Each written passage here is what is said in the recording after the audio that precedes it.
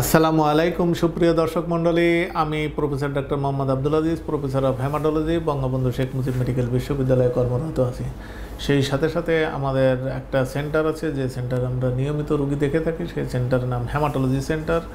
Haematology সেন্টারের পক্ষ থেকে আপনাদেরকে সবাইকে আন্তরিক অভিনন্দন ও শুভেচ্ছা জানাচ্ছি। অ্যাজ এ হেমাটোলজিস্ট বা রক্তরোগ বিশেষজ্ঞ হিসাবে রক্তের বেশিরভাগ রোগের চিকিৎসার ক্ষেত্রে দেখা যায় যে রক্তের প্রয়োজন পড়ে। আমরা যেসব চিকিৎসা করি তার মধ্যে এখন মানুষ অনেক কিছু জেনে গেছে আর কি, হয়তো শুনতে শুনতে দেখতে দেখতে মনে হয় যে একটা থ্যালাসিমিয়া, সাপোজ একটা থ্যালাসিমিয়া, সব থ্যালাসিমিয়া না, কিন্তু যারা থ্যালাসিমিয়া মেজর তাদের দেখা যাচ্ছে যে তাদের প্রতি 2-3 মাস পরে পরে, যেহেতু রক্ত বাঁচে হচ্ছে 120 দিন, 80 থেকে 120 দিন, তাহলে এরকম 2-3 মাস পরে পরে কারো কারো রক্ত লাগতে পারে।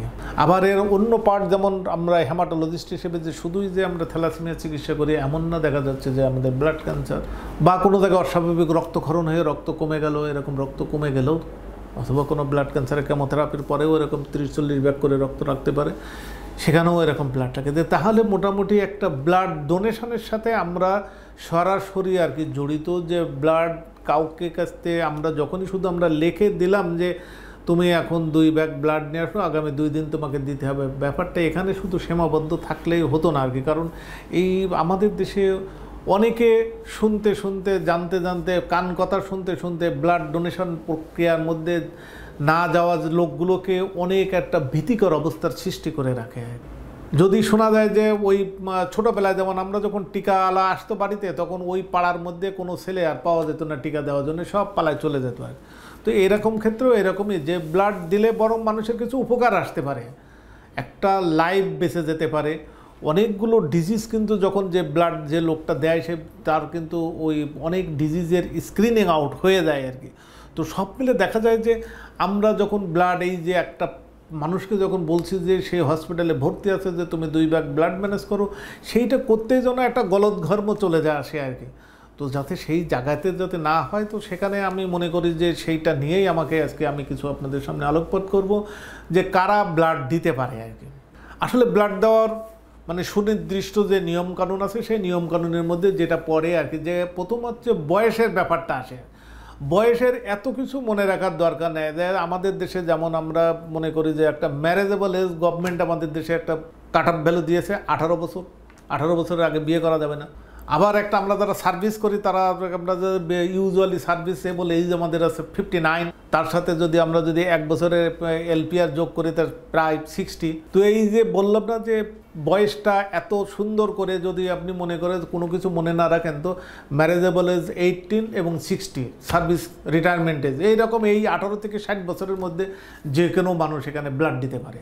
অনেক সময় ব্লাড দেওয়ার জন্য কি হয়, যে কিছু ডিজিজ থাকে আর কি, যে কিছু পার্মানেন্ট ডিজিজ যদি কারো থাকে, তো তাহলে সেই লোকগুলো কিন্তু ব্লাড দিতে হবে। যেমন পার্মানেন্ট কারো হার্ট ডিজিজ আছে, নিজেই অসুস্থ, সে কেমনে করে ব্লাড দেবে।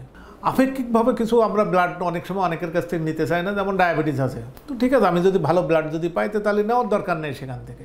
আবার একটা কারো যদি ইনফেকশন থাকে আর কি, ব্লাডের মধ্যে ইনফেকশন আছে বা জ্বর আছে, যে ডোনেট করবে আর কি, তো এই ধরনের ব্লাডকে আমরা সবসময় অ্যাভয়েড করি আর কি। তো এখন কথা হলো যে ডোনেশন করবে তার বেনিফিটগুলো কি আসে।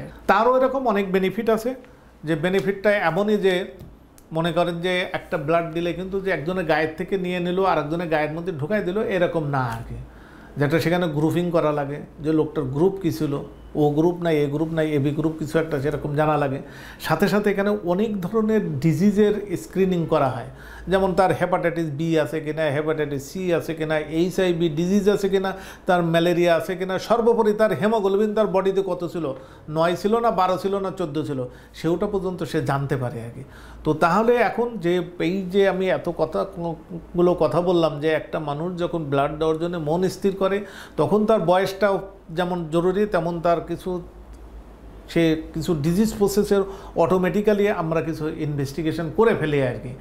এরপরে হয় কি, যে ব্লাড দেওয়া হয়ে গেলে সে ডোনেটকারী আর কি, ব্লাড ডোনেট যে করে আর কি, তার প্রতিও আমাদের কিছু দায়বদ্ধতা থেকে যায় আর কি। যে একটা ব্লাড ডোনেট করতে আসলে, যেমন কালকেই আমি একটা হসপিটালে দেখতেছিলাম আর কি, যে সে লোকটা বলছে যে স্যার আমার ডোনার আসবে তো সন্ধ্যাবেলায় অফিস করার পরে। আসলে ব্যাপারটা এইরকম না, যদিও এটা আমরা মেনে নেই আর কি, কিন্তু ব্লাড ডোনেট করতেও গেলেও একটা মানসিক তৃপ্তি, মানসিক প্রশান্তি বা একটা সময় থাকে যে তাকে খুব সুইটেবল একটা কন্ডিশনে ভালো ঘুম হতে হবে, তার আগের রাত্রে তাকে একটা বিশ্রাম মতো পজিশনে থাকতে হবে। এরকম আধা ঘন্টা থেকে 3 ঘন্টা পর্যন্ত যদি কেউ বিশ্রামে থাকার পরে যদি ব্লাড ডোনেট করে, তো তাহলে সেই ব্লাডটাই আমি মনে করি যে কোয়ালিটিওয়ালা ব্লাড হয় আর কি।